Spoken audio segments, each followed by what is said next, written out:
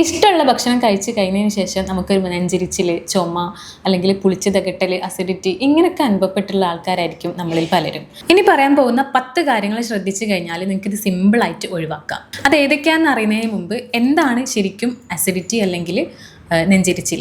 അതായത് നമ്മുടെ ബോഡിയിൽ നമ്മുടെ ആമാശയത്തിനെയും അന്നനാളത്തിനെയും കണക്ട് ചെയ്യുന്ന ഒരു തരം മസിൽ അല്ലെങ്കിൽ സ്ഫിങ്ക്റ്റർ ഉണ്ട്. അപ്പം ഇതിന് വീക്കാവുന്ന സമയത്ത് നമ്മളെ ആമാശയത്തിലുള്ള ആസിഡ് മുകളിലേക്ക് പോവുകയും അത് നമുക്ക് കണ്ടിന്യൂസ് ആയിട്ട് ചുമ ഉണ്ടാക്കുക, അതുപോലെ കുത്തി കുത്തി ഉണ്ടാക്കുന്ന ചുമ, അതുപോലെ ഇവിടെ ഒരു ശ്വാസതടസ്സം, അതുപോലെ നെഞ്ചരിച്ചിൽ കാര്യങ്ങളൊക്കെ ഉണ്ടാക്കുക, തൊണ്ടയിൽ ഇടയ്ക്കിടയ്ക്ക് കുത്തുന്ന പോലെ തോന്നുക, അതുപോലെ ഇടയ്ക്കിടയ്ക്ക് പുളിയുള്ള രസം വരിക.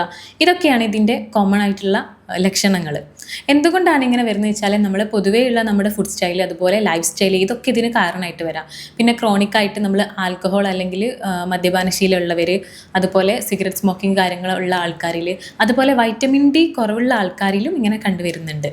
നമ്മുടെ ഭക്ഷണരീതി ഇതിൽ വലിയൊരു ഘടകമാണ്. കാരണം ഈ ഭക്ഷണരീതി റെഗുലർ അല്ലാതിരിക്കുമ്പം അല്ലെങ്കിൽ കറക്റ്റായിട്ടുള്ള സമയത്ത് ഭക്ഷണം കഴിക്കാതെ വരുമ്പോഴൊക്കെ നമ്മുടെ ആ മസിൽസിന് വീക്ക്നെസ്സും കാര്യങ്ങളൊക്കെ ഉണ്ടായിട്ട് ആസിഡ് റിഫ്ലക്സ് ഒക്കെ ഉണ്ടാവാം. ഇങ്ങനെയൊക്കെ ഉണ്ടാകുന്ന സമയത്ത് നമ്മുടെ ആമാശയത്തിലുള്ള ആസിഡിൻ്റെ റിട്ടേൺ ഫ്ലോ ഉണ്ടാവുകയും മുകളിലേക്ക് ആസിഡ് പോവുകയും ചെയ്യുന്നതുകൊണ്ടാണ് ഈ ചുമ ഉണ്ടാക്കുന്നതും ഈ നെഞ്ചരിച്ചിൽ ഉണ്ടാക്കുന്നതും ഒക്കെ.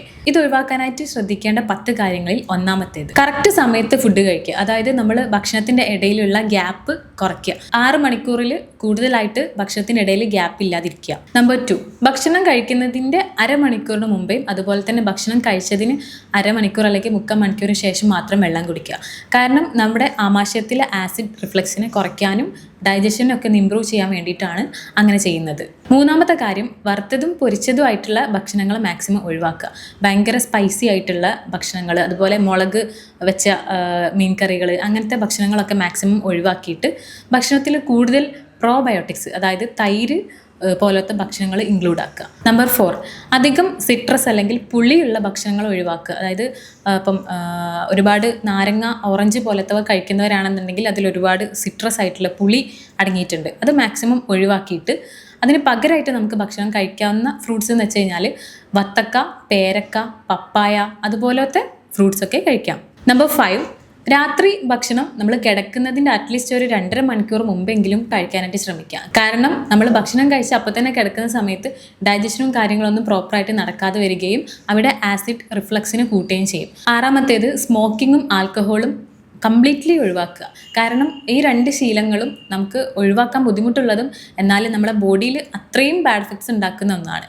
കാരണം ഇത് ഒഴിവാക്കിയിട്ടില്ലെങ്കിൽ നിങ്ങൾക്ക് ഭാവിയിൽ വേറെ പല ബുദ്ധിമുട്ടുകളും കാര്യങ്ങളും ഉണ്ടാവും. അപ്പോൾ ഇത് മസ്റ്റായിട്ടും നിങ്ങൾ ഒഴിവാക്കുക. കിടക്കുന്ന സമയത്ത് തല പൊക്കിയിട്ട് കിടക്കുക. കാരണം ആസിഡ് റിഫ്ലക്സിനെ ഒന്ന് കുറയ്ക്കാൻ വേണ്ടിയിട്ടാണ് അങ്ങനെ ചെയ്യുന്നത്. അധികമായിട്ട് മെഡിസിൻസ് വല്ലതും യൂസ് ചെയ്യുന്ന ആൾക്കാരാണെങ്കിൽ, അതുപോലെ എന്തെങ്കിലും അസുഖം ഉണ്ടാകുമ്പോഴേക്കും നമ്മൾ ഹോസ്പിറ്റലിൽ പോയിട്ട് അല്ലെങ്കിൽ ക്ലിനിക്കിൽ പോയിട്ട് അധികമായിട്ട് മെഡിക്കേഷൻസ് യൂസ് ചെയ്യുക, അതുപോലെ ആൻറ്റിബയോട്ടിക്സ് ഒരുപാട് കഴിക്കുക, ഈ ശീലങ്ങളൊക്കെ ഉണ്ടെങ്കിൽ അത് ഒഴിവാക്കുക.